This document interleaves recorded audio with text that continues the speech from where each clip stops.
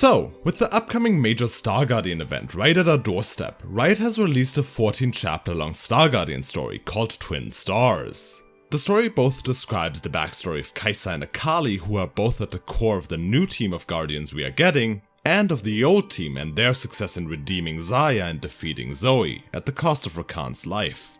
What we're here to examine today is how the story excellently works with character parallels to make us sympathize with many of its characters, and how, perhaps, it also uses those parallels to foreshadow some stuff that will happen in the event later on. Which characters am I talking about? Well, let's see. The first two twin stars, if you will, that were introduced to us are Xayah and Akali. Xayah is the selfless, almost perfect student who's good at every subject, who's very polite and nice, and who keeps putting the people she cares about before herself. Akali, on the other hand, is the more rebellious problem child, if you will, who comes from a problematic household and is generally just lower in the social hierarchy of their school. Through an unlikely event though, the two of them become incredibly close friends and nothing, seemingly, can get between them. This is a very tropey concept for the relationship these two characters have, but that's fine. Star Guardian isn't supposed to challenge the tropes of magical girl anime, it's supposed to embody them, and Xayah and Akali do that quite well. When the story starts, we see a bit of conflict develop between them though. Xayah has kind of started burning herself out with all of the work she does helping her father run the animal shelter and the dozens of additional duties she has put onto herself. Akali understands that Xayah is trying to help, but she does not want to see her friend suffer because she has bitten off more than she can chew. Xayah, however, is willing to take that risk, is willing to make that sacrifice. And that's the first time we encounter that theme, sacrifice. Let's see where else we can see it. Sarah, and I'm talking about Sarah Fortune here if that wasn't clear, and Ahri actually embody a similar kind of relationship. However, for them that relationship kind of goes both ways. During the first fight with Zoe, when Rakan was killed and Nico and Xayah nearly experienced the same fate, Ahri let Sarah believe that these two had already died so that she wouldn't go try and save them because she knew her efforts would be futile. While Sarah would have gladly died trying to save her friends, Ahri wouldn't let her make that sacrifice.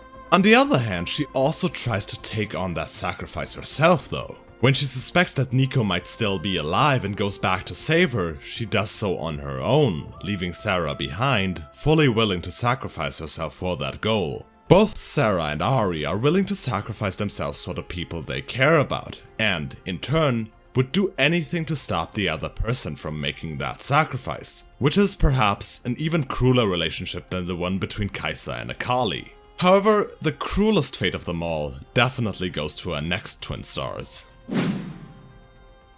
After switching sides and helping the other Guardians fight against Zoe, Xayah quickly collapses under the weight of Zoe's corrupting magic. She knows it will be too much for her, and she's completely ready to accept that fate, to make that sacrifice, when Rakan steps in to take the stage.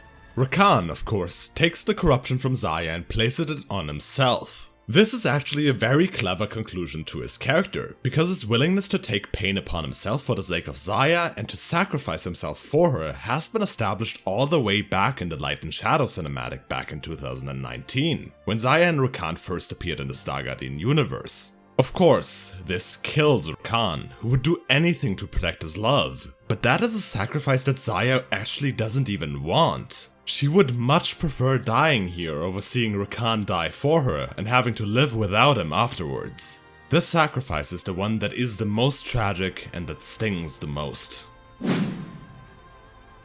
So, what do all of those sacrifices lead to?